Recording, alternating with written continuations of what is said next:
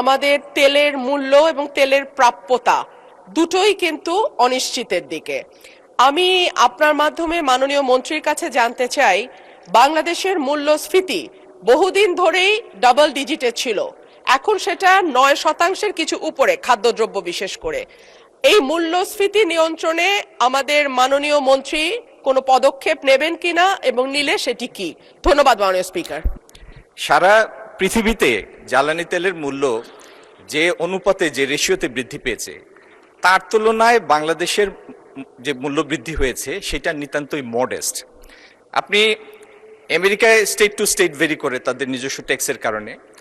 এই যুদ্ধ শুরু হওয়ার আগে অনেক স্টেটে $2.80 $0.70 ছিল পার গ্যালন, মানে 4.5 লিটার।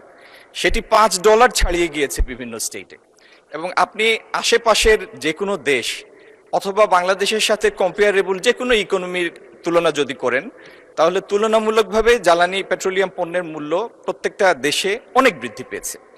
এবং অনেকগুলি দেশে জ্বালানি মূল্য বৃদ্ধির এই প্রক্রিয়াটি অটোমেটেড, মানে এটা স্বয়ংক্রিয়ভাবে ট্রিগার হয়, এটার জন্য সরকারের আলাদা কোনো পদক্ষেপ নিতে হয় না। আমাদের এইখানে যে বৃদ্ধিটা হয়েছে ডিজেলের ক্ষেত্রে, 100 টাকার ডিজেলকে আমরা 115 টাকায় নিয়েছি, 15%।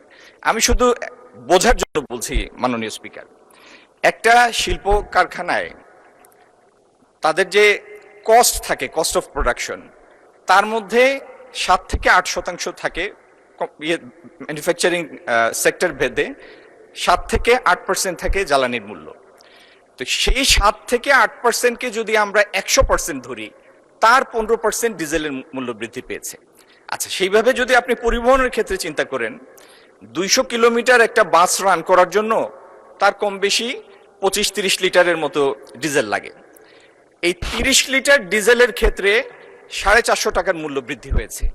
এই 30 লিটার যদি আমি ট্রাকের পণ্য পরিবহনের জন্য হিসাব করি, এই 30 লিটার মূল্যের অভিঘাতটা পড়বে 10,000 কেজি পণ্যের উপরে।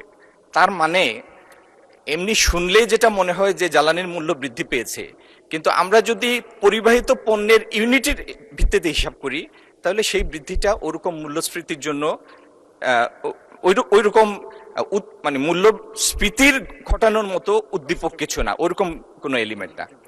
আর একটা জিনিস তো ঠিক, আপনি অর্থনীতিকে এমন একটা জায়গায় নিয়ে যেতে পারবেন না যেই জায়গায় ফান্ডামেন্টাল ব্যালেন্সটা ইমব্যালেন্সে পৌঁছে যায়। সেজন্য পৃথিবীর সব দেশ যে নীতিটা